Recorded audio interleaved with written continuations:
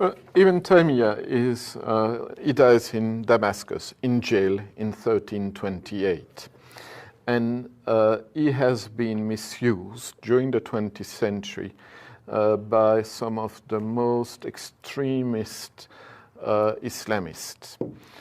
He is quoted, for example, in the 9/11 Commission official report as being the ancestor, the spiritual ancestor of Osama bin Laden.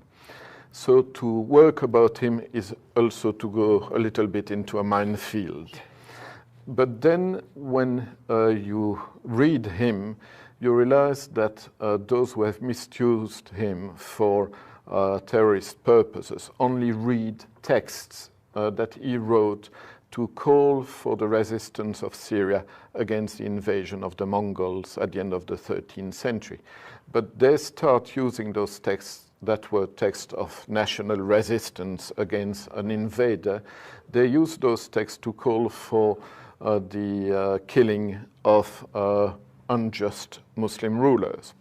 And so if you go to other texts written by Ibn Taymiyyah, you realize that he was the most loyal subject of the Mamluk sultans under whose authority he was living, and who were not better than the Mongols.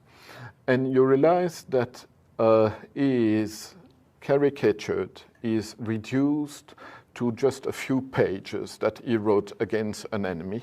And when you look at other texts, which is quite easy because you can access them on internet or on CD-ROMs, or most of his writings have been published, you realize that you have there somebody who is at the same time probably the greatest in later Muslim theologian, and somebody who has a very, very moderate approach to the religion.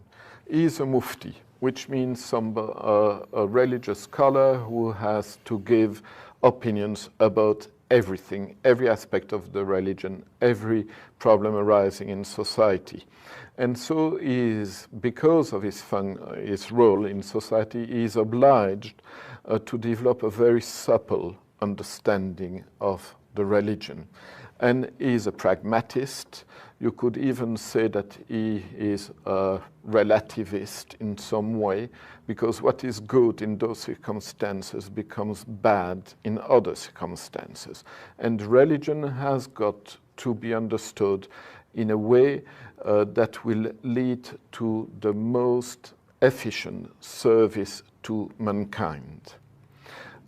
Injustice has to be fought, yes. But that's what you read in the Gospels as well, when you remember what happened to the traders of the temple. And injustice, of course, is not acceptable, no more by Muslims than by Christians, and vice versa, or other religions. But he says that there are cases where we have to be able to accept a lesser evil in order to attack a greater evil. And he says, for example, intelligence is not doesn't consist in being able to distinguish good from bad. Intelligence consists in being able to see the best of two goods and the worst of two evils. Wow. And so we have somebody who is far more moderate, far more intelligent, far more